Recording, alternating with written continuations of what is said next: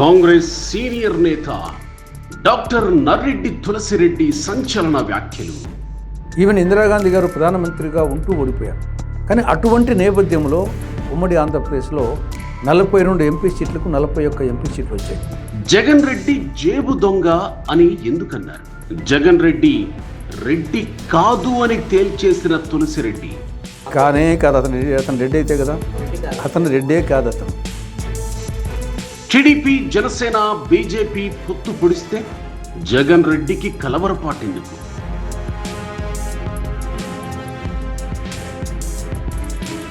వివేక హత్య కేసులో జరగబోయే అరెస్టుల లిస్టు విప్పిన తులసిరెడ్డి రాష్ట్రంలో రెడ్ల ద్రోహి జగన్ మాత్రమే అని తులసిరెడ్డి ఎందుకన్నారు? స్వార్థపడు అంతే తప్ప అతనికి తల్లిలే, చెల్లిలే, నాన్నలే, చిన్నాన్నలే, ఆత్మీయులే, కులములే, మతములే, ఏమిలే, స్వార్థపడు. మంగళగిరి ఆళ్ల రామకృష్ణారెడ్డి నీచత్వంపై తులసిరెడ్డి కామెంట్ ఏంటి? డెఫినెట్గా ఆళ్ల రామకృష్ణారెడ్డి గారు మీరు చెప్పింది నిజమైతే ఆయన చర్య ఏమాత్రం వచ్చేసి నైతికత అనిపించుకోదు. దాని పర్యవసానం వచ్చేసి ప్రజలు చూపిస్తారు వచ్చే ఎన్నికల్లో కాంగ్రెస్ వ్యూహం ఏంటి? డాక్టర్ తులసిరెడ్డితో open talk with Telugu one. నమస్తే తెలుగు వన్, నేను మీ సుభాకర్. మనతో మాట్లాడటానికి అమరావతి తెలుగు వన్ స్టూడియోకి Congress party senior leader Tulasi Reddy గారు వచ్చున్నారు. నమస్కారం తులసిరెడ్డి గారు. నమస్తే. ఏంటి మీ పార్టీ పరిస్థితి ఎలా ఉంది? అప్లికేషన్స్ ఎమ్మెల్యే కానీ ఎంపీసీకి కానీ అంటే ఇప్పటి వరకు మొత్తము 175 అసెంబ్లీ స్థానాలకు గాను దాదాపు 1000 అప్లికేషన్లు వచ్చాయి. 25 లోక్సభ స్థానాలకు గాను దాదాపు 150 అప్లికేషన్లు వచ్చాయి. ఆల్మోస్ట్ 1:6 రేషియోలు వచ్చాయి. ఈ నెల 29 వరకు ఎక్స్టెండ్ చేయడం జరిగింది. న్యాచురల్లీ లాస్ట్ మూమెంట్లో మరీ ఎక్కువ వచ్చే అవకాశం ఉంది. దాదాపు 1:10 రేషియోలో అటు లోక్సభ కానీ అసెంబ్లీకి కానీ వస్తాయనుకుంటున్నాం. ఒక సీటుకి 10 మంది పోటీ పడేలా 10 మంది పోటీ పడే. ఇప్పుడు కొత్తగా ఈ వార్ రూమ్ సిస్టమ్ అని పెట్టారు. ఏంటది? బయటికి ఇన్ఫర్మేషన్ రాకుండా చాలా స్ట్రిక్ట్గా, అంతకుముందు భిన్నంగా కాంగ్రెస్ పార్టీకి అంతకుముందు భిన్నంగా జరుగుతున్న పరిస్థితి. సెంట్రల్ వార్ రూమ్ ఒకటి ఉంది ఏఐసిసిలో, స్టేట్ వార్ రూమ్ ఏపీసీసీలో. వాళ్ళు వచ్చేసి ఎప్పటికప్పుడు అటు అసెంబ్లీ స్థాయి నాయకులతోనూ, జిల్లా స్థాయి నాయకులతోనూ, తర్వాత ఈవెన్ మండల స్థాయి నాయకులతోనూ వాళ్ళతో డైరెక్ట్ టచ్లో ఉండడం అనేది ఒకటి. తర్వాత ఎప్పటికప్పుడు ఈ యొక్క ప్రెస్లో వచ్చేదానికి రియాక్షన్ అయ్యే విధంగా స్పోక్స్ పర్సన్స్కి వాళ్ళు వచ్చేసి కొన్ని పాయింట్స్, బుల్లెట్ పాయింట్స్ అందించడము వీళ్ళు చేస్తుంటారు. వాళ్ళు అడిషనల్ కొంత రీసెర్చ్ వర్క్ అనేది, ఇప్పుడు వైకాపా వైఫల్యాలు, బీజేపీ వైఫల్యాలు, డే టు డే ఇష్యూస్ ఉంటాయి, దాని మీద ఏ విధంగా రియాక్ట్ అయితే బాగుంటుంది అని రీసెర్చ్ చేసి కొన్ని పాయింట్స్ అందించడము. తర్వాత లోక్సభ కోఆర్డినేటర్స్ను ఆల్రెడీ నియమించడం జరిగింది. ఇప్పుడు నన్ను కూడా రాజంపేట లోక్సభకు కోఆర్డినేటర్గా వేశారు. కాబట్టి అక్కడ నుండి బూత్ లెవెల్ ఏజెన్సీ ఇన్ఫర్మేషన్ తీసుకోవడము. కాబట్టి ఓవరాల్గా ఎన్నికలకు కావాల్సినటువంటి సమాయత్తం అటు నాయకులను, కార్యకర్తలను చేసే విధంగా ఎప్పటికప్పుడు మా నుండి కింది లెవెల్ నుండి వాళ్ళు ఇన్ఫర్మేషన్ తీసుకుంటారు, పై లెవెల్ నుండి వాళ్ళు ఏమి ఇన్ఫర్మేషన్ కావాలో ఇస్తూ ఉంటారు. ఒక అనుసంధానం ఎన్నికలకు సంబంధించి ఒక వారట్ చేసి ఒక కురుక్షేత్ర యుద్ధానికి ఏ విధంగా కురుపాండవులు సన్నద్ధమయ్యారో, ఆ పక్క 11 అశ్వహీనులు, ఈ పక్క 7 అశ్వహీనులు, ఆ విధంగా ఎన్నికల కురుక్షేత్ర యుద్ధానికి తయారు చేయడమే ఈ వార్ రూమ్ యొక్క ప్రధాన ఉద్దేశం. కర్ణాటకలో కాంగ్రెస్ పార్టీ అధికార తీరం చేరుకుంది, పరిపాలిస్తుంది. అట్లాగే తెలంగాణలో అనూహ్యంగా, అది మీరు ఊహించి ఉండొచ్చు కానీ మీడియా కానీ ఢిల్లీ పాలకులు కానీ అక్కడ కాంగ్రెస్ వస్తుంది అనేది అది వాళ్ళకి ఒక ఊహించిన పరిణామం. అక్కడ కూడా మీరు అధికారంలోకి వచ్చారు. కానీ ఆంధ్రప్రదేశ్ పరిస్థితులు పూర్తి భిన్నమైనవి. ఇక్కడ మీ ఓటు షేర్ పెరగాలి అన్నా, మీరు కొన్ని సీట్లు రాబోయే సార్వత్రిక ఎన్నికల్లో మీ ప్రభావం చూపించాలన్నా, కొన్ని సీట్లు మీరు గెలవాలన్నా ఆ గెలిచే పరిస్థితి ఉందా ఇక్కడ? మనము ఉమ్మడి ఆంధ్రప్రదేశ్ తీసుకుంటే సరే, రాష్ట్ర విభజన తర్వాత తెలంగాణ, నవ్యాంధ్ర, కానీ ఉమ్మడి ఆంధ్రప్రదేశ్ మొదటి నుండి కూడా నెహ్రూ కుటుంబానికి, కాంగ్రెస్ పార్టీకి కంచుకోట లాంటిది. మనకు అనేక ఎగ్జాంపుల్స్ ఉన్నాయి. 1977లో ఇందిరాగాంధీ గారు ప్రధానమంత్రిగా ఉండి ఉత్తరప్రదేశ్లో అప్పుడు ఇంకా రాష్ట్ర డివిజన్ జరగలేదు. 85 ఎంపీ సీట్లకు 85 కాంగ్రెస్ కోల్పోయింది. ఈవెన్ ఇందిరాగాంధీ గారు ప్రధానమంత్రిగా ఉంటూ ఓడిపోయారు. కానీ అటువంటి నేపథ్యంలో ఉమ్మడి ఆంధ్రప్రదేశ్లో 42 ఎంపీ సీట్లకు 41 ఎంపీ సీట్లు వచ్చాయి. తర్వాత 1980లో కూడా మళ్ళీ రిపీట్ అయింది. 2004, 2009లో కూడా కేంద్రంలో కాంగ్రెస్ నేతృత్వంలో యూపీఏ అధికారంకి వచ్చేదానికి ప్రధానంగా ఉమ్మడి ఆంధ్రప్రదేశ్లో ఎక్కువ ఎంపీ సీట్లు రావడమే కారణం. కాబట్టి మొదటి కాలం ఉంటే కాంగ్రెస్కు అనుకూలమైనటువంటి వాతావరణం ఈ యొక్క తెలుగు ప్రాంతం. సరే, 2014లో రాష్ట్ర విభజన సందర్భంగా కొన్ని ప్రజల్లో వచ్చేసి మీరు చెప్పిన గత చరిత్రలో జగన్మోహన్ రెడ్డి లేరు, ఇప్పుడు ఈ చరిత్రలో జగన్మోహన్ రెడ్డి ఉన్నారు. అతను జగన్మోహన్ రెడ్డి శక్తిహీనుడైతేనేగా కాంగ్రెస్ పార్టీ బలపడేది. జగన్మోహన్ రెడ్డి 2014లో అధికారంలోకి రాలేదు. 2014లో అతని పార్టీ రాలేదు. తల్లి విజయమ్మ గారు ఓడిపోయారు. 2019 వచ్చినాడు తప్ప రాష్ట్ర విభజన జరిగిన 2014లో ఓడిపోవడం జరిగింది. వచ్చేసి ఆ పార్టీ అధికారంలోకి రాలేదు. దానికంటే ముందు జస్ట్ సార్వత్రిక ఎన్నికలకు ముందు లోకల్ బాడీ ఎన్నికలు జరిగినాయి. అప్పుడు జగన్ పార్టీ ఫుల్గా కంటెస్ట్ చేసింది. అప్పటికి కాంగ్రెస్ అప్పటికి విభజన జరిగింది కానీ ఇంకా గెజెట్ నోటిఫికేషన్ రాలేదు. కానీ ఆల్రెడీ పార్లమెంటులో, లోక్సభలో, రాజ్యసభలో అయిపోయింది. నోటిఫికేషను విభజన 2014 జూన్ 2న రాష్ట్రం విభజించబడింది. కానీ డెసిషన్ వచ్చేసి 2014 ఫిబ్రవరి 18న లోక్సభలో, 20న రాజ్యసభలో, మార్చి 1న రాష్ట్రపతి సంతకం జరిగింది. కానీ జూన్ 2న మాత్రం విధించబడింది. ఆ మధ్యకాలంలో లోకల్ బాడీ ఎన్నికలు జరిగినాయి. ఆ లోకల్ బాడీ ఎన్నికల్లో వైకాపా అప్పటికి సమైక్య తెలంగాణ ఇక్కడ కలిసి కేవలం 2 జిల్లాల్లోనే మెజార్టీ వచ్చింది. కడప ఒకటి, నెల్లూరు ఒకటి. మొత్తం 22 జిల్లాలకు, అంటే హైదరాబాదు అది పంచాయత్ అర్బన్ కాబట్టి ఇది పక్కన తీసేస్తే 22 జిల్లాల్లో కేవలం 2 జిల్లాల్లోనే వైకాపాకు మెజార్టీ వచ్చింది. మిగతా సీమాంధ్రలో టీడీపీకి 7 చోట్ల వచ్చింది. 7 + 2 19, 4 చోట్ల కాంగ్రెస్కి వచ్చింది సీమాంధ్రలో. తెలంగాణలో కాంగ్రెస్కి ఎక్కువ వచ్చింది. ఓవరాల్గా నంబర్ 1 ప్లేస్లో కాంగ్రెస్, నంబర్ 2 ప్లేస్లో టీడీపీ, నంబర్ 3 ప్లేస్లో టీఆర్ఎస్, నంబర్ 4 ప్లేస్లో వైకాపా ఉన్నది. రాష్ట్ర విభజన జరిగిన తర్వాత కూడా గెజెట్ నోటిఫికేషన్ కంటే ముందు మధ్య జరిగినటువంటి ఎన్నికల్లో. కాబట్టి ఇది మేము జగన్మోహన్ రెడ్డి ఒక్కడే పెద్ద కారణం అనుకోవడం లేదు. అప్పటికి 10 ఏళ్ళ అధికారంలో ఉంది. అంతకుముందు ఉడక 94 నుంచి 2004 వరకు 10 ఏళ్ళ అధికారం లేదు కాంగ్రెస్ ఉభయ తెలుగు రాష్ట్రాల్లో. 94 నుంచి 2004 వరకు అప్పటికి రాష్ట్ర విభజన అనేది ఇష్యూనే కాదు కదా. కానీ అప్పుడు కూడా 10 ఏళ్ళ అధికారం తర్వాత పోవడం జరిగేది. మళ్ళీ 2004 నుంచి 2014 వరకు మళ్ళీ అధికారంలో ఉంది. అప్పటికి రాష్ట్ర విభజన అంశం కాదు. కాబట్టి ఈ యొక్క ఫలితాలకు కాంగ్రెస్ పార్టీ వీక్న్ అయ్యేదానికి రాష్ట్ర విభజన అనేది ఒక అంశమే తప్ప మొత్తం అదే టోటల్గా ఏం కాదు. ఆ నేపథ్యంలో జగన్ పార్టీ ప్రవేశపెట్టడం కూడా ఒక కారణం, అంతేగాని అదే టోటల్ కారణం కాదు. అంతకుముందు 10 ఏళ్ళ అధికారంలో ఉండడం అనేది ఒకటి, రాష్ట్ర విభజన అనేది ఒకటి, జగన్ పార్టీ పెట్టడం అనేది ఒకటి. పోనీ ఆంధ్రప్రదేశ్ ఒక దేశంలోనే పోయింది కదా. మన ఆంధ్రప్రదేశ్ ఒకటే పోయింటే మిగతా తెలంగాణ రాలేదు కదా.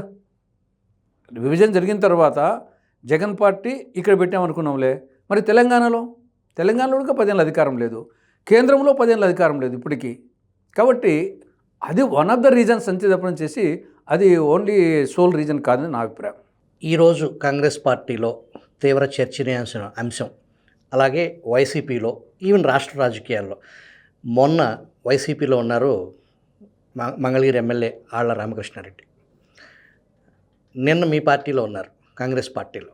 మీ పిసిసి చీఫ్ని తోడుకుని రావటం, ఆవిడికి ప్రమాణ స్వీకారం రోజున అన్ని దగ్గరుండి ఎమ్మెల్యే రామకృష్ణారెడ్డి ఏర్పాట్లు చేయటం, ఇవాళ తాడేపల్లి ప్యాలెస్లో ఉండటం.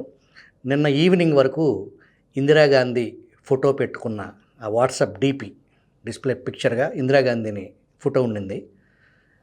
తెల్లారితే మళ్ళీ ఇందిరాగాంధీ పిక్ తీసేసి జగన్మోహన్ రెడ్డి, రాజశేఖర్ రెడ్డి ఉన్న పిక్ పాతది మళ్ళీ వచ్చింది. దీన్ని ఎలా చూద్దాం? నేను ఇంతవరకు చూడలేదు, కానీ మీరు చెప్పింది నిజమే అయితే గన అది చాలా దురదృష్టకరం. దానికి ఆన్సర్ ఆయనే చెప్పాలి. ఎందుకంటే వైకాపా పార్టీ సభ్యత్వానికి రాజీనామా చేశాడు, వైకాపా పార్టీ తరఫున వచ్చిన ఎమ్మెల్యేకు రాజీనామా చేశాడు, తర్వాత ఆయనే కాంగ్రెస్ పార్టీలో చేరాడు. మళ్ళీ ఇప్పుడు మీరు చెప్పినట్టుగా మళ్ళా అక్కడికి పోయినాడంటే అది నిజమే అయితే, నేను ఇంతవరకు చూడలేదు కాబట్టి చెప్తున్నాను. డెఫినెట్గా ప్రలోభాల కన్నా లోబడి ఉండాలా, బెదిరింపులకన్నా భయపడి ఉండాలి. ప్రలోభాలకు లోబడినా బెదిరింపులకు లోబడినా నైతికత విషయంలో అదే మంగళగిరి ప్రజలకి ఈ ఆళ్ల రామకృష్ణారెడ్డి ఏమని చెప్తారంటే, ప్రజలు అంత పిచ్చివాళ్ళుగా అంత అమాయకులుగా ప్రజల్ని ఆడించవచ్చు అనే ఒక భావన నేటి రాజకీయం ఈ స్థాయికి దిగజారటానికి ప్రజలు అమాయకులా? డెఫినెట్గా వచ్చేసి ప్రజలు తగిన గుణపాఠం చెప్తారు. వాళ్ళు ఆర్థిక ఇబ్బందులు ఇంకోటి ఏదైనా సరే ఆ రెండింటిలో ఏదో జరిగి ఉంటుంది. కానీ ప్రజలు వచ్చేసి దీన్ని ఎట్టి పరిస్థితిలో హర్షించరు. ప్రజలు మార్పు వచ్చినప్పుడు పెద్ద పెద్ద నాయకులే, ప్రపంచ నాయకులే ఓడిపోయినారు. కాబట్టి డెఫినెట్గా ఆళ్ల రామకృష్ణారెడ్డి గారు మీరు చెప్పింది నిజమైతే ఆయన చర్య ఏమాత్రం వచ్చేసి నైతికత అనిపించుకోదు. దాని పర్యవసానం వచ్చేసి ప్రజలు చూపిస్తారు వచ్చే ఎన్నికల్లోనే. దీంట్లో ఇంకొకటి, ఇది నిజమే, ప్రస్తుతానికి మీకు వార్త సాయంత్రానికి మీ దృష్టికి రావచ్చు పూర్తిస్థాయి ఆ ప్రెస్ మీట్ పెట్టే పరిస్థితి. బట్ ఇదైతే ఇంటర్నల్ సోర్సు, ఖచ్చితమైన వార్త ఇది. మీ దగ్గరికి రావటం మళ్ళీ తిరిగి వెళ్ళటం, ఇది సొంత చెల్లి షర్మిల దగ్గరికి కావాలని ఆళ్ల రామకృష్ణారెడ్డిని పంపించిన ఒక కోవట్ రాజకీయంలాగా అక్కడ ఏం జరుగుతుందో తెలుసుకుని మళ్ళీ ఇటు వచ్చేసే అనేలాంటి ఊహాగానాలు కూడా ఉన్నాయి. అది కొంత ఏమైనా అవకాశం ఉందా అట్లా జరగడానికి రాజకీయాల్లో? మరి ఆయన పూర్తి డెసిషన్ తీసుకున్నాక ఆ విషయం గురించి మాట్లాడితే బాగుంటుందేమో. ఎందుకంటే ఇంకా పూర్తిగా ఆయన అనౌన్స్ చేయలేదు కాబట్టి ఇది కొంత ప్రీమెచ్యూర్ ఏమో అనిపిస్తుంది. మీ టార్గెట్ ఏంటి ఆంధ్ర రాష్ట్రంలో రాబోయే సార్వత్రిక ఎన్నికల్లో? పర్టికులర్గా ఒక సర్టెన్ ఏరియాలో ఇన్ని సీట్లుతో మనం ఎంత ఓటు పర్సంటేజ్ ఎంత పెంచుకోవాలి, పలానా చోట్ల మనం విజయం కోసం ప్రయత్నం చేయాలని అట్లా ఏమన్నా స్పెసిఫిక్గా కొన్ని ఏరియాస్ ఏమైనా? అట్లా ఏం లేదు, మొత్తము రేపు ఎన్నికలే. మేము 2029 గురించి ఆలోచించడం లేదు. 2024లో ఏప్రిల్లో కానీ మేలో కానీ జరిగే సార్వత్రిక ఎన్నికల్లో 25 లోక్సభ స్థానాల్లో 175 అసెంబ్లీ స్థానాల్లో వీలైనన్ని మెజారిటీ సీట్లు సాధించాలా, రాష్ట్రంలో కేంద్రంలో కాంగ్రెస్ అధికారంలోకి రావాలా అనే లక్ష్యంతోనే పోతున్నాం తప్ప జస్ట్ ఏదో ఓట్ షేర్ పెంచుకోవడము అనే యాంగిల్ కాదు, కొన్ని సీట్లు తెచ్చుకోవడం కాదు, అధికారంలోకి రావడం అనే లక్ష్యంగా ముందుకు పోతున్నాం. బీజేపీ, టీడీపీ, జనసేన పొత్తు ఖరారైతే అది వైసీపీకి నష్టం చేకూర్చే అంశమా, లాభం చేకూర్చే అంశమా? ఈ ఓవరాల్గా మీకు అది లాభమా నష్టమా జనసేన బీజేపీ టీడీపీ పొత్తు? ఓవరాల్గా అది కాంగ్రెస్ పార్టీకి లాభమని నా అభిప్రాయం. ఎందుకంటే అప్పుడు ట్రయాంగులర్ ఫైట్ జరుగుతుంది, త్రిముఖ పోటీ. కాంగ్రెస్ లేదా కాంగ్రెస్ ఇండియా కూటమి వామపక్షాలు, రెండవది టీడీపీ బీజేపీ జనసేన, మూడవది వైకాపా. ఆల్రెడీ ఈ త్రిముఖ పోటీలో వైకాపాను ఓడించాలి అని చెప్పేసి ప్రజలు నిర్ణయించుకున్నారు, మార్పు కోరుకుంటున్నారు.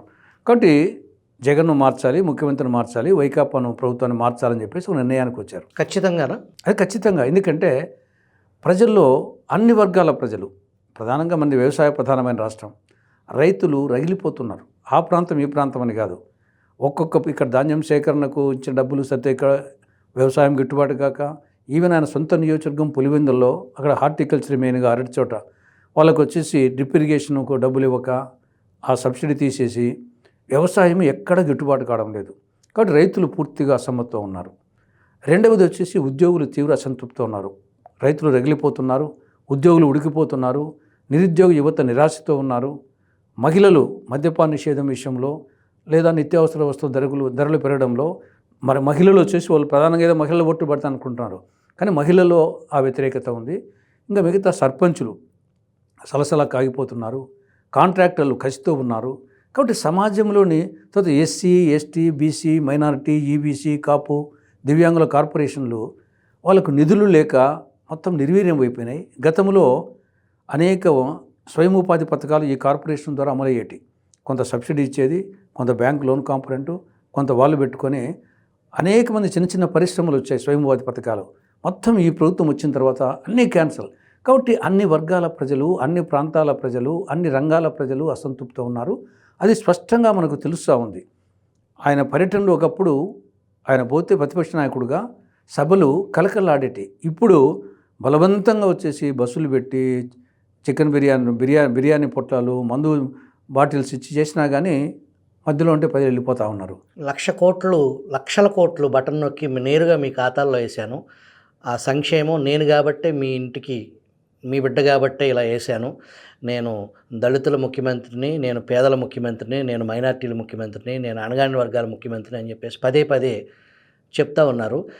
లక్షల కోట్లు అకౌంట్లో వేసిన మాట వాస్తవమే కదా. మరి ప్రజలు ఆ పథకాలకు ఏదైతే జగన్మోహన్ రెడ్డి డైరెక్ట్గా చెబుతున్నారో బహిరంగ సమావేశాల్లో, నా ద్వారా మీరు లబ్ధి పొందారు, మీరు నా రుణం తీర్చుకోండి, నేను ఇంకా మీకు రుణం తీరుస్తూనే ఉంటాను, ఇంకా బటన్ నొక్కుతూనే ఉంటాను అని అంటున్నారు. ఆ పథకాల ప్రభావం ఏం చూపిస్తుందంటారు ప్రజల్లో? ఇప్పుడు ఆయన చెప్పిందే తీసుకుంటే 8.5 లక్షల కోట్ల రూపాయలు అప్పు తెచ్చాడు. మిగతా రాష్ట్ర ట్యాక్సెస్, కేంద్రం నుండి వచ్చే పన్నులు పక్కన పెట్టి అప్పుల వరకే 8.5 లక్షల కోట్లు తెచ్చాడు. ఆయన చెప్పిన ప్రకారమే 2.5 లక్షల కోట్లు బటన్ నొక్కి వేసాడు అనుకున్నాం. మిగతా 6 లక్షల కోట్ల రూపాయలు ఎక్కడ పోయినట్టు? ఈ 8.5 లక్షల కోట్ల అప్పు ప్రజల పేరు చెప్పి తెచ్చిందే కదా. ఆ 8 లక్షల కోట్లలో 2.5 లక్షల కోట్లు బటన్ నొక్కి వేసాడు అనుకున్నాం ఆయన చెప్పిన ప్రకారమే. మిగతా 6 లక్షల కోట్లు ఆయన తిన్నట్టే కదా. అది ఎవరు డబ్బు? ప్రజల డబ్బు. That is number 1. రెండవది, ఈ పథకాలన్నీ ఆయన ఇప్పుడు బటన్ నొక్కుతున్నాడు. గతంలో బటన్ నొక్కకుండానే పోతున్నాయి వాళ్ళ దగ్గరికి. దీంట్లో మనము ఆయన చెప్పిన దాంట్లో గతంలో రైతు రుణమాఫీ, కాంగ్రెస్ పార్టీ 2008లో రైతు రుణమాఫీ పథకం అమలు చేసింది. ఆ రోజు బటన్ నొక్కలేదు. దేశవ్యాప్తంగా 70,000 కోట్ల రూపాయలు మాఫీ చేసింది. ఆంధ్రప్రదేశ్లో దాదాపు 10,000 కోట్ల రూపాయలు మాఫీ చేయడం జరిగింది. దాని మాఫీగా రైతులకు 5,000 రూపాయలు అకౌంట్లో వేయడం జరిగింది. మేమేం బటన్ నొక్కకుండా చేసాము వచ్చేసి. అదేవిధంగా ఆరోగ్యశ్రీ మేమేం బటన్ నొక్కలే, కానీ ఆరోగ్యశ్రీ 108, 104 ఇవన్నీ కాంగ్రెస్ ఫ్యామ్లో వచ్చినట్టే, కొత్తగా పెట్టేటేం కాదు. తర్వాత ఫీజు రియంబర్స్మెంట్, దీనికి ఇప్పుడు విద్యా దీవెనాన్ని పేరు పెట్టాడు, పేరు మార్చాడు అంతే. మేము వచ్చేసి బటన్ నొక్కకుండా ఫీజు రియంబర్స్మెంట్ ఇస్తున్నాము, బటన్ నొక్కకుండా స్కాలర్షిప్ ఇస్తున్నాము.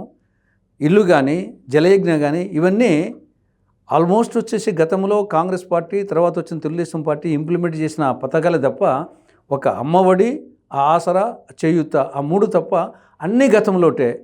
కాబట్టి దీనికి సంబంధించి రెండో విషయం వచ్చేసి నువ్వు బాధుడు కార్యక్రమం, అప్పులు తెచ్చింది అదొకటి, నువ్వు బాధుడు. 1,40,000 కోట్ల రూపాయలు ఈ యొక్క 4 సంవత్సరాల 9 నెలల్లో ప్రజల మీద బాధుడు కార్యక్రమం. అంటే ధరల మోత, పన్నుల వాత. ధరలు వచ్చేసి పెట్రోలు, డీజిల్ మన పొరుగు రాష్ట్రాల కంటే, కర్ణాటక కంటే పెట్రోల్, డీజిల్ దాదాపు 10 రూపాయల లీటర్కి ఎక్కువ. దానికి వ్యాట్, అదనపు వ్యాట్, రోడ్ సెస్. కాబట్టి పెట్రోల్, డీజిల్ ధరలు పెంచుతుంది, నిత్యావసర సరుకులు ధరలు పెంచుతుంది. తర్వాత వచ్చేసి మనము పన్నులు, అటు చెత్త పన్ను, ఇటు ఆస్తి పన్ను పెంపు, తర్వాత మద్యం ధర పెరిగింది, సిమెంటు ధర, ఇసుక ధర. కాబట్టి ఇంకా కరెంటు ఛార్జీలు వచ్చేసి 8 సార్లు పెంచడం జరిగింది, ఆర్టీసీ ఛార్జీలు. కాబట్టి ఇవన్నీ 1,40,000 కోట్ల రూపాయలు అదనపు భారం. కాబట్టి బాధుడు కార్యక్రమం. కాబట్టి జగన్మోహన్ రెడ్డి ఇండైరెక్ట్గా బాధుడు రెడ్డిగా, జలగరెడ్డిగా, జలగ చేసే పనేమి రక్తాన్ని పీల్చేస్తుంది, దాని ఆహారం అది. ఆ విధంగా వైకాపా ప్రభుత్వం ఆహారం వచ్చేసి అప్పుల్లో కొట్టేసడము, పన్నుల ద్వారా వచ్చేసి ధరలు పెంచడం ద్వారా ప్రజల నుండి లాగేయడం. కాబట్టి ఆ ప్రకారంగా చేసినప్పుడు ఆయన సంక్షేమ రాజ్యం కాదు, ఇది సంక్షోభ రాజ్యము. సంక్షేమం అనేది మేడిపండు చందము. ఇది ఎలా ఉందంటే పిల్లలకు చాక్లెట్ ఇచ్చి నెక్లెస్ లాగినట్టు ఉంది. తర్వాత పాతకాలంలో మట్టి ముంతలు ఉండేటి ఇళ్ళల్లో, ఇప్పుడు ముంతలు లేవు, మట్టి చిన్న పాత్రలు, మట్టి ముంత ఇచ్చి వెండి చెంబు లాక్కున్నట్టుంది జగన్ పాలన. కాబట్టి ఆయన చెప్పే ఆ యొక్క సంక్షేమ కార్యక్రమం వచ్చేసి మేడిపండు చందం. ఇది ఇప్పుడిప్పుడే ప్రజలకు అర్థమవుతూ ఉంది. అంటే ఒక బస్టాండ్లో ఒక జేబుదంగా పాత్ర పోషిస్తూ ఉంది. అంటే బస్టాండ్లో ఒక బస్సు కోసం వచ్చేసి ఒక ప్రయాణికుడు ఎదురు చూస్తూ ఉంటాడు. ఆ జోబిలో ఉండే 100 రూపాయలు కొట్టేస్తాడు పిక్ పాకెటర్.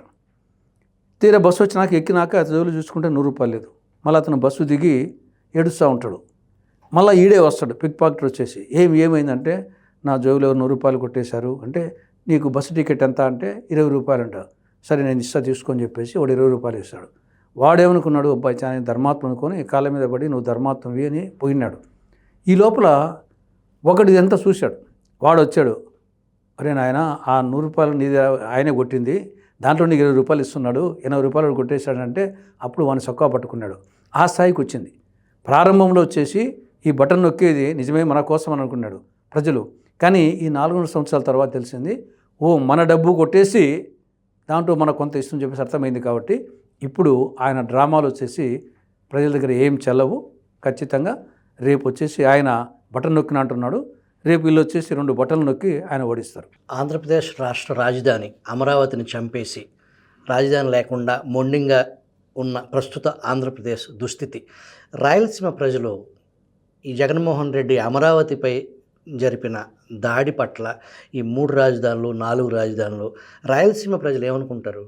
దీని మీద కోపం ఇక్కడ కంటే ఇక్కడ పర్సనల్గా రైతులకు వచ్చేసి వాళ్ళకు ఉండొచ్చు, కానీ జనరల్గా దీనివల్ల వ్యతిరేకత వచ్చింది రాయలసీమలోనే.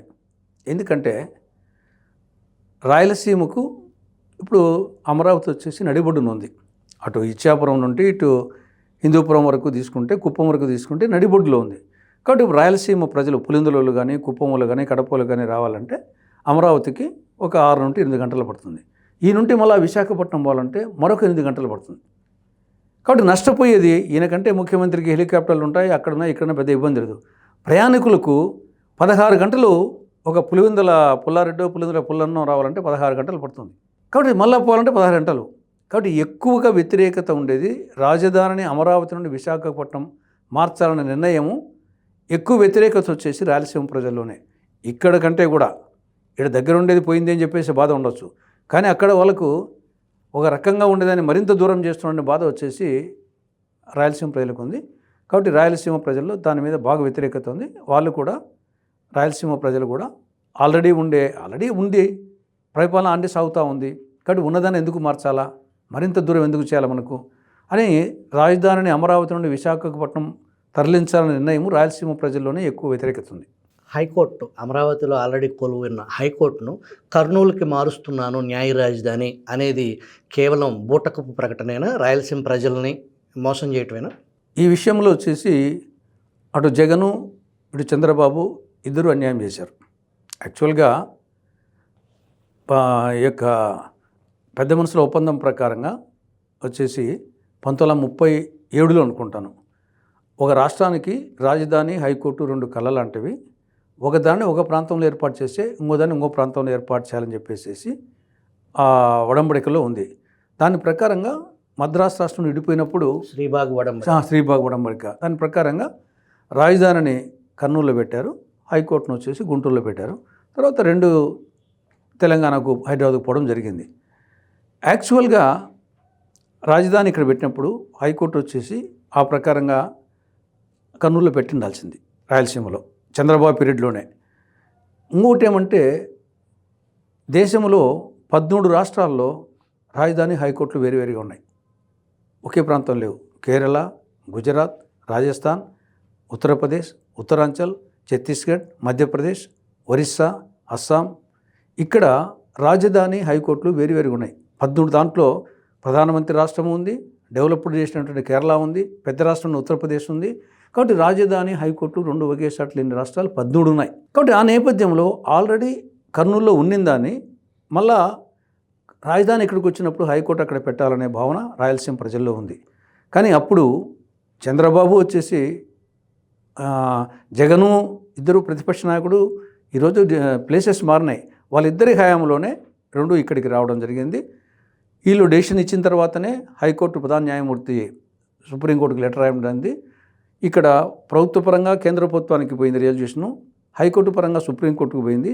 దాని తర్వాత సుప్రీంకోర్టు ప్రధాన న్యాయమూర్తి వచ్చేసి ఇక్కడ ప్రారంభోత్సవం చేశాడు. ఇదంతా చంద్రబాబు పీరియడ్ జరిగింది, జగన్మోహన్ రెడ్డి ప్రతిపక్ష నాయకుడుగా.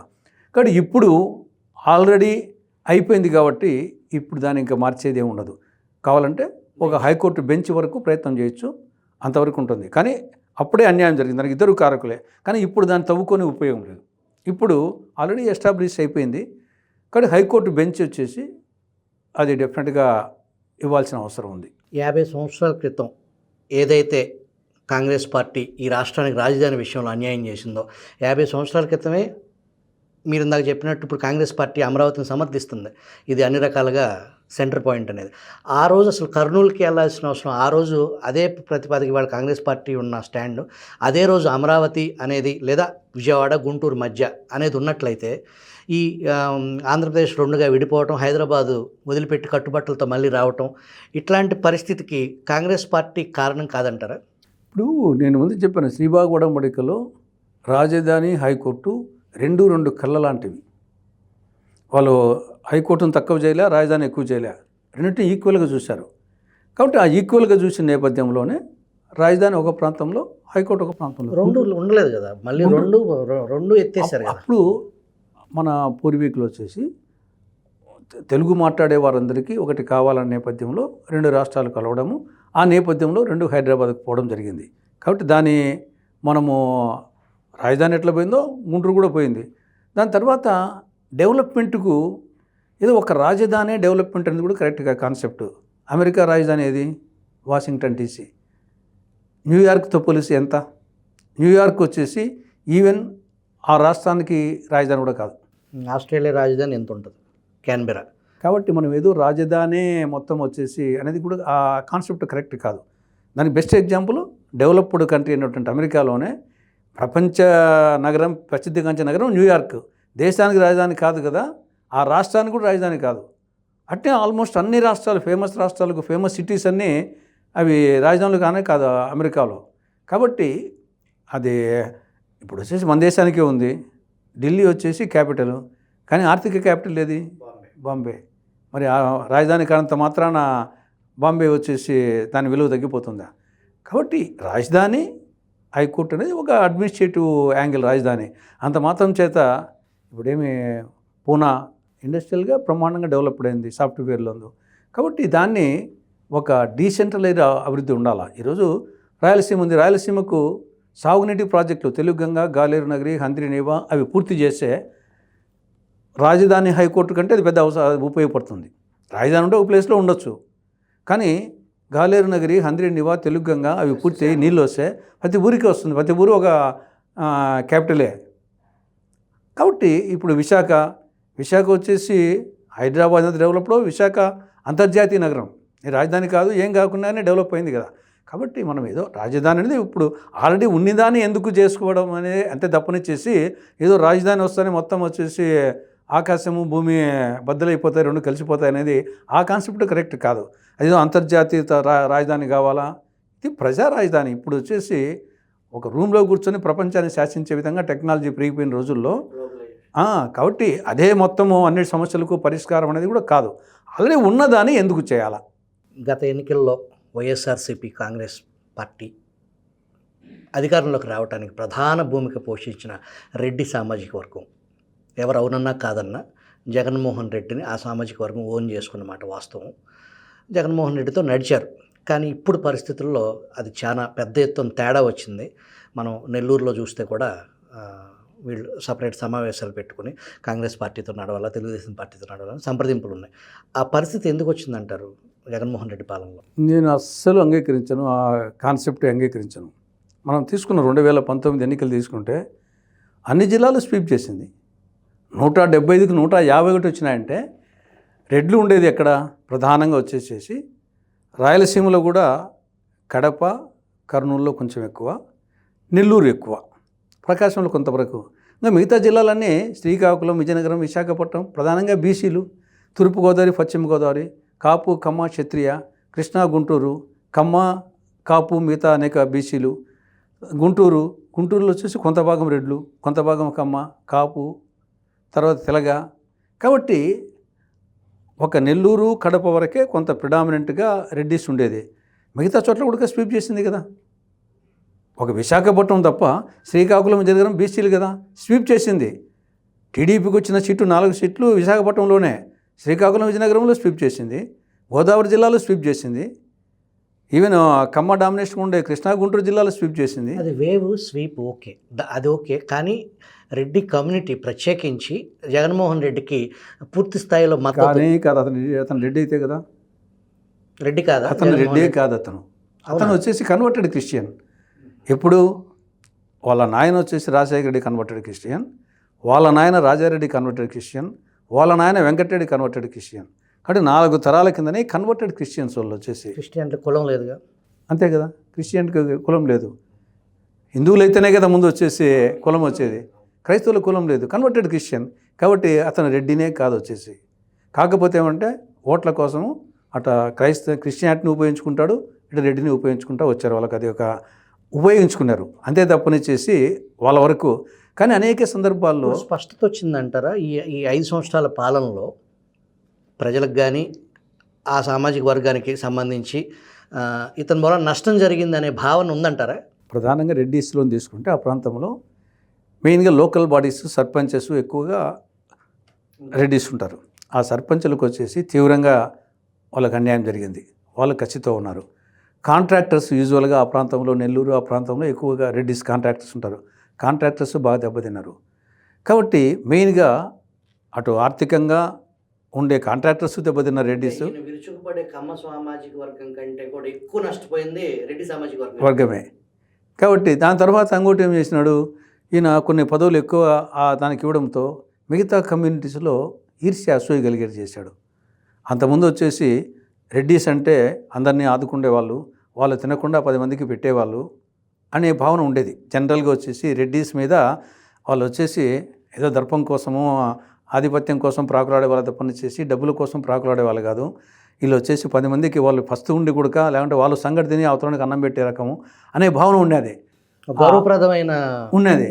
దాన్ని తీసేశాడు, వచ్చేసి ఈర్ష్య అసూయ కలిగి చేశాడు వచ్చేసి అక్కడ ఉండే మిగతా సామాజిక వర్గాల్లో. కాబట్టి అతను ఆ విధంగా తీసుకున్నా కానీ అతను ఒరిజినల్ రెడ్డి కాదు. ఈవెన్ వచ్చేసి ఆ విధంగా అనుకున్నా కానీ వాళ్ళకు ఈ విధంగా వచ్చేసి ఇండైరెక్ట్గా ద్రోహం చేశాడు, ఆర్థికంగా దెబ్బతీశాడు, అధికారపూర్వకంగా దెబ్బతీశాడు. ఏమి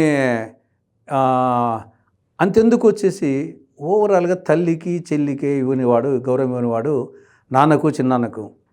ఇప్పుడు వాళ్ళ చిన్నాన్న చనిపోయి 5 ఏళ్ళు దాటింది, ఇప్పటికీ దానికి అతిగతి లేదు. ఇంకా వాళ్ళ చిన్నాయన గురించే పట్టించుకోలేనోడు వాళ్ళ నాయన గురించి, వాళ్ళ నాయన్ను కుట్రకు కారణము, చనిపోయేదానికి కుట్ర కారణము రిలయన్స్ అని చెప్పేసి రిలయన్స్ అధినేత రికమెండ్ చేసిన పరిమళనత్వానికి ఇప్పుడు రాజ్యసభ సీట్ ఇచ్చాడో ఆయనకు నాయన లేదు, చిన్నాయన లేదు, తల్లి లేదు, చెల్లి లేదు, ఎవరు లేరు, స్వార్థపరుడు.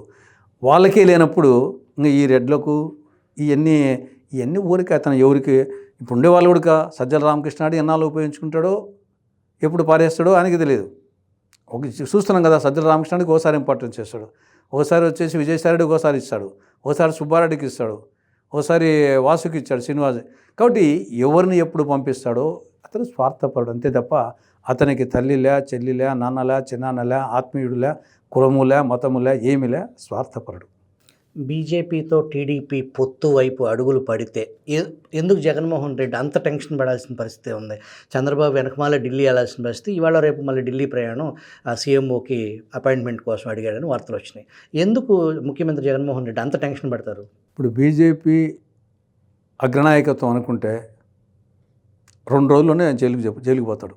ఆయనేనా బాబాయ్ హత్య కేసులో ఉన్న శ్రీమతి భారతి దాకా వెళ్ళొచ్చా? డెఫినెట్గా పోతుంది. ఇప్పుడు ఆల్రెడీ ఆ సమయంలో ఎవరు ఫోన్లు చేసింది, ఆల్రెడీ వచ్చేసి ఆ రోజు మీటింగ్ జరుగుతూ ఉండింది, వాళ్ళే చెప్పారు. కాబట్టి అది అంతటితో ఆగదు కదా. ఫోన్లు వచ్చేసి వీళ్ళకి ఇచ్చారు, జగన్మోహన్ రెడ్డికి ఇచ్చారు, ఎవరు మాట్లాడారు ఆ టైంలో ఆ తీగలాగితే డొంక తగలుతుంది. కాబట్టి ప్రధానంగా ఆ భయం ఉంది. అది బీజేపీ ఆపుతా ఉంది. వన్స్ బీజేపీ టీడీపీ జనసేన పొత్తు పెట్టుకుంటే 2 డేస్కే వచ్చేసి జగన్ జైలుకి పోతాడు. అతని క్విప్రో కేసులు అదొక టైపు, అవి వచ్చేసి ఆల్రెడీ కోర్టులో ఉన్నాయి, అవి కూడా త్వరగా వస్తాయి, అదొకటి. కానీ వివేకానంద రెడ్డి హత్య కేసు ఇమ్మీడియట్గా వచ్చేసి అంటే జగన్మోహన్ రెడ్డి భయపడేది తమ్ముడు కోసం, భార్య కోసం, అది ఎక్కడ ఆడ దాకా వస్తుందేమో అనే టెన్షన్ ఉంది. ఆయన దాకా వస్తుంది. ఆయన దాకా వస్తుందా? తమ్ముడు భార్య ఏమో ఆయన దాకే వస్తుంది. ఓకే, వీళ్ళని దాటుకుని వస్తుంది, తప్పదు అది. కాబట్టి అది మెయిన్ భయం వచ్చి. ఇంకా మిగతా వచ్చేసి అప్పులు కావాలా, ప్రతి మంగళవారము అప్పుల వారం కావాలా, అదొకటి. కాబట్టి ప్రభుత్వం నడపాలంటే అప్పులు కావాలా, ఆయన కేసుల నుండి జైలుకు పోకుండా ఉండాలంటే బీజేపీతో సఖ్యతగా ఉండాలా.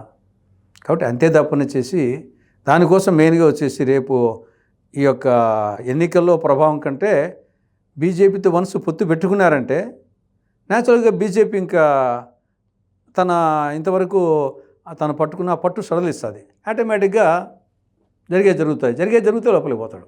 కాంగ్రెస్ పార్టీ అధికారంలోకి రావడానికి ఈ రాష్ట్రంలో మీకు ప్రణాళిక ఉంది కదా, మీ పథకాలు, మీరు ఆల్రెడీ కర్ణాటకలో ఉన్నారు, అధికారంలో తెలంగాణలో ఉన్నారు. ఇక్కడ జనాల్లోకి మీరు జనాలకి ఏం చెప్పదలుచుకున్నారు? కాంగ్రెస్ పార్టీ అధికారంలోకి వస్తే ఈ ప్రజలకు జరగబోయే మేలేంటి? ఎందుకు రావాలి కాంగ్రెస్ పార్టీ అధికారంలోకి? ప్రధానంగా 6 సూత్రాలు.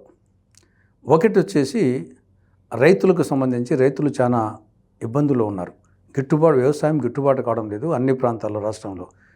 అప్పుల ఊబిలో కురుకుపోయి ఉన్నారు, ఆత్మహత్యలు చేసుకుంటున్నారు. కాబట్టి వ్యవసాయ రుణాల మాఫీ 3 లక్షల రూపాయల వరకు వ్యవసాయ రుణాల మాఫీ అనేది ఒక ప్రధానమైనటువంటి అంశము. ఇది కేంద్ర ప్రభుత్వం చేస్తుంది. అది ఆటోమేటిక్గా రాష్ట్ర బడ్జెట్కు ప్రభావితం లేకుండా మీరు ఎడ్ చేస్తారు. రాష్ట్ర బడ్జెట్కి ఇప్పటికే ఎక్కువ అంటున్నారు, ఎడ్ చేస్తారంటే దానికి కేంద్ర ప్రభుత్వం కింద వస్తుంది. అది ఆల్రెడీ 2008లో కేంద్ర ప్రభుత్వం చేయడం జరిగింది. ఇప్పుడు జమిలీ ఎన్నికలు కాబట్టి ఇది కేంద్రము రాష్ట్రం రెండుకి సంబంధించిన మేనిఫెస్టో ఉంటుంది కాబట్టి 3 లక్షల రూపాయల వరకు వ్యవసాయ రుణాల మాఫీ అనేది మాది మొదటి బ్రహ్మాస్త్రం. రెండవది మహిళలకు సంబంధించి 500 రూపాయలకి వంట గ్యాస్ సిలిండర్ సరఫరా అనేది మా యొక్క పాశుపతాస్త్రం. మూడవది ప్రతి నిరుపేద కుటుంబానికి నెలకు 6,000 రూపాయలు ఆర్థిక సహాయం చేయడం అనేది. నెలకు 6,000 అంటే సంవత్సరానికి 72,000, 5 ఏళ్లకు 3,60,000 ఒక సఫిషియెంట్ అమౌంట్. ఇది మూడవది నిరుపేద కుటుంబాలకు. నాలుగవది రాష్ట్రానికి సంజీవని లాంటి ప్రత్యేక హోదా మొదటి రోజు నుంచి అమలు చేయడం. ఐదవది రాయలసీమకు ఉత్తరాంధ్రకు బుందేల్ఖండ్ తరహా స్పెషల్ డెవలప్మెంట్ ప్యాకేజీ నిధులు కేంద్రం రాష్ట్రానికి ఇవ్వడం. ఆరవది విభజన చట్టంలో పేర్కొనబడి అపరిష్కృతంగా ఉన్న అన్ని సమస్యలు అంటే కడప జిల్లాలో స్టీల్ ప్లాంటు, దుగ్గరాజపట్నం ఓడరేవు, రాజధానికి నిధులు, పోలవరానికి నిధులు, Visakha metro, Vijayawada metro, Visakha railway zone, Visakha Chennai industrial corridor, Kakinada petrochemical complex ఇవన్నీ సంవత్సరం లోపల పూర్తి చేయడము. విశాఖ స్టీల్ ప్లాంటును ఇప్పుడున్న విధంగానే ప్రభుత్వ రంగంలోనే కంటిన్యూ చేయడము. ఈ 6 సూత్రాల మీద ప్రధానంగా ప్రజలకు పోవడంతో పాటు కర్ణాటకలో ఇంప్లిమెంట్ చేసిన 5 గ్యారంటీలు, తెలంగాణలో ఇంప్లిమెంట్ చేసిన 6 గ్యారంటీలను కూడా మా మేనిఫెస్టో కమిటీ ఈరోజు కూడా దాని మీద చర్చిస్తూ ఉంది. దాంట్లో అవి కొన్ని ఇవి కొన్ని తీసుకొని దీనికి జత చేయడం జరుగుతుంది. ఇప్పుడు నేను చెప్పిన 6 సూత్రాలు కూడా కేంద్ర బడ్జెట్ నుండి వచ్చేటి, రాష్ట్ర బడ్జెట్ నుండి కాదు. కాబట్టి రాష్ట్ర ప్రభుత్వం మీద అదనపు బడ్జెట్ ₹1 కూడా పడకుండా ఇవి ఇంప్లిమెంట్ చేయడం జరుగుతుంది. దానికి తోడు ఈ గ్యారంటీ పథకాలు కొన్ని వర్కౌట్ చేయడం జరుగుతుంది. తెలుగు వన్ స్టూడియోకి వచ్చి అమరావతి స్టూడియోలో చాలా విషయాలు ప్రజలకు తెలియపరిచినందుకు ధన్యవాదాలు తులసిరెడ్డి గారు. Thank you very much.